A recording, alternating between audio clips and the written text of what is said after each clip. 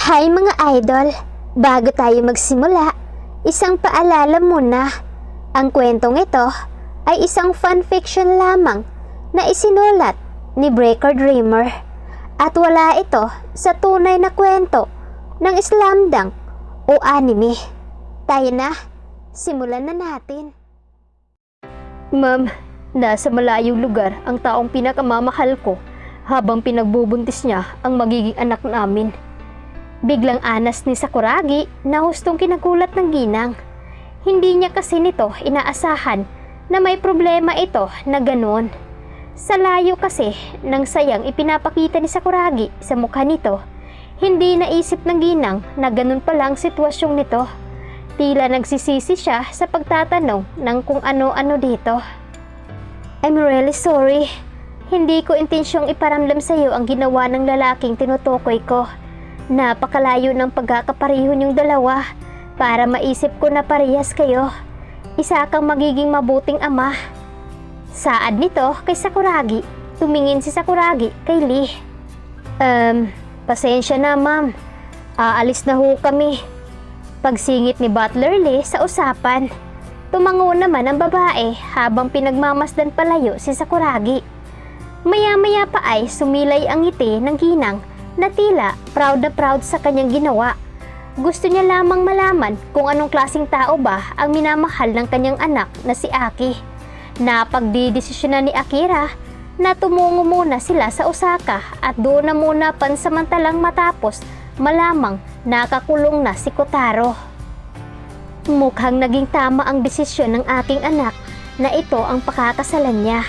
Kung maaari lang sana na ipakasal ko na lang silang dalawa, gagawin ko. Subalit, hanggang may problema pa na hindi nare-resolbahan sa pamilya, hindi na muna ako gagawa ng hakbang. Anas ni Akira na nagpapakilalang ginang kay Sakuragi. Nang makalabas ang babae mula sa store na iyon, nilapitan niya ang lalaki na nakatayo mula sa gilid. Anak, okay na. Saad ni Akira kay Rukawa nang umisi sa kanya. Kumusta mami? Okay ba ang kaibigan ko? Tanong ni Rukawa na inakbayan ang ina. Oo, approve na approve para sa kapatid mo. Oo nga pala, may ipinapabili si Aki. Samahan mo muna ako na bilihin ang kinikrave niya ngayon. Tumango si Rukawa at nagpatianod na lamang sa paghila sa kanyang ina. Mami, sasabihin mo ba kay Aki na nandito rin si Sakuragi sa Osaka at nakausap mo siya? Biglang tanong ni Rukawa sa kanyang ina. Oo naman, pero hindi muna sa ngayon. Ayokong magpapadalos-dalos ang kapatid mo kapag nalaman niyang nandito ang kasintahan niya. Alam mo namang masilan ang pagbubuntis niya. Saad ng ina na ikinatango naman ni Rukawa. Naiintindihan ko mami. Makakabuti nga siguro kung itago ho na lang muna natin hanggang sa healthing mailabas si Bibisaki. Saad ni Rukawa sa kanyang ina. In fairness, maganda ang napiling name ng kapatid mo. Ngising saad ni Akira kay Rukawa.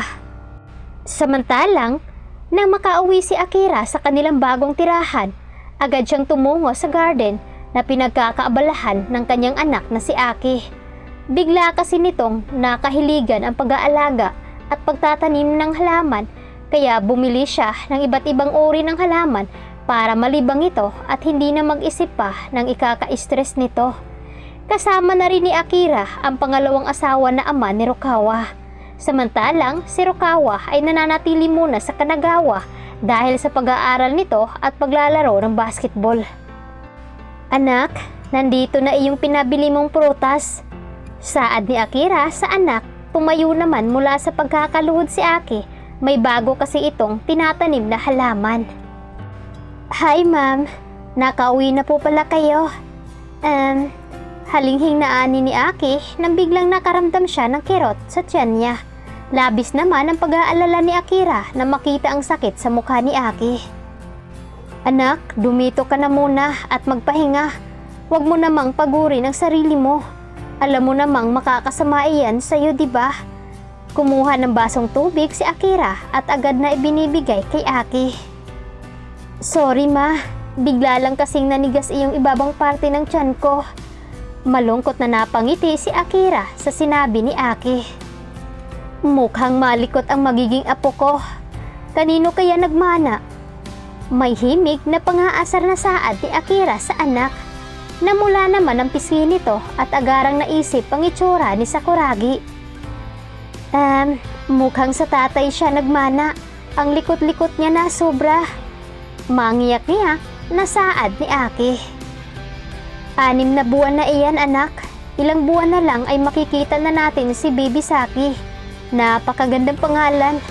How I wish na sana kambal na lang ang anak mo. Ngising saad ni Akira sa anak. Sana nga mama. Gusto ko magkaroon ng babae at lalaking anak. Ngiting saad ni Aki na hinaplos-haplos ang tiyan. Napapangiwi ito sa sakit dahil muling sumipa ang bibi niya sa tiyan niya.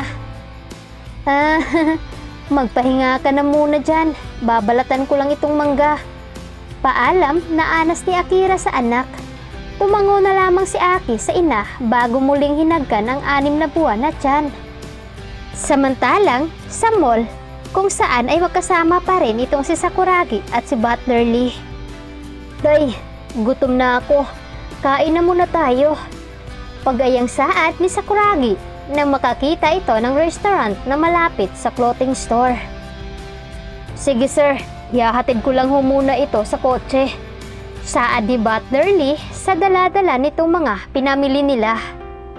Sige tay, hintayin na lang kita sa loob ng restaurant. Anas ni Sakuragi bago nagsimulang maglakad papasok. Iilan lang ang tao sa loob ng restaurant na makapasok si Sakuragi. Agad naman siyang ginaguide ng waiter na nagbukas sa kanya ng glass door. Pinili niya ang pinakadulong upuan na hindi masyadong naaaninag na ilang mga taong pumapasok at lumalabas.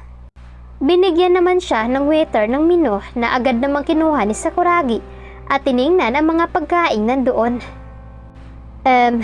Isang bonbon street chicken and shrimp and red lobster, isang California pizza, 2 pasta, and sa drinks naman, pineapple juice, will do. Saad ni Sakuragi sa waiter na isinusulat sa isang maliit na papel ang kanyang ino-order at pagkaraan ay inulit muli ang kanyang in-order. Nang makaalis ang waiter, agad inilalabas ni Sakuragi ang kanyang cellphone na ibinigay sa kanya ng kanyang lolo. Wala sana siyang balak na tanggapin ito. Subalit, hindi ito pumayag dahil mas mag-aalala ito kung hindi siya nito makukontak. Busy sa pag-i-scroll sa cellphone si Sakuragi nang may marinig siya na familiar na boses. Napaangat ang kanyang tingin at tiningnan kung sino iyon. Malamig lamang na pinagmasdan niya ang mga ito bago muling umiwas. Maya-maya pa ay narinig niya ang yapak ng mga ito papalapit.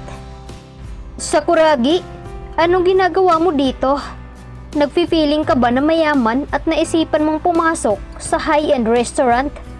Pangaalas kang saad ng isa sa kaklase niya sa Osaka High.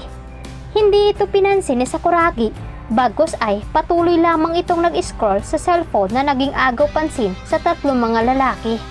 Napaisip ang mga ito sa cellphone na uso ngayon. Ang ganda ng cellphone mo ah, paano ka nagkakaroon yan? Mahirap ka lang naman. Don't tell me, ninakaw mo iyan. Pag-akusa ni Ace kay Sakuragi na ikinatawa ng 2 kasamahan nito. Muling inignora ni Sakuragi ang presensya ng 3 na nakapagbigay ng galit at pagmamaliit sa sarili. Hahablutin na sana ni Ace ang cellphone na hawak ni Sakuragi nang mabilis itong iniwas ni Sakuragi. Mind your own business, Ace. Hindi porket hindi kita pinapatulan ay naduduwag na ako sa inyo. Pero once na mapuno ako sa mga ginagawa nyo, makikita nyo ang hinahanap nyo.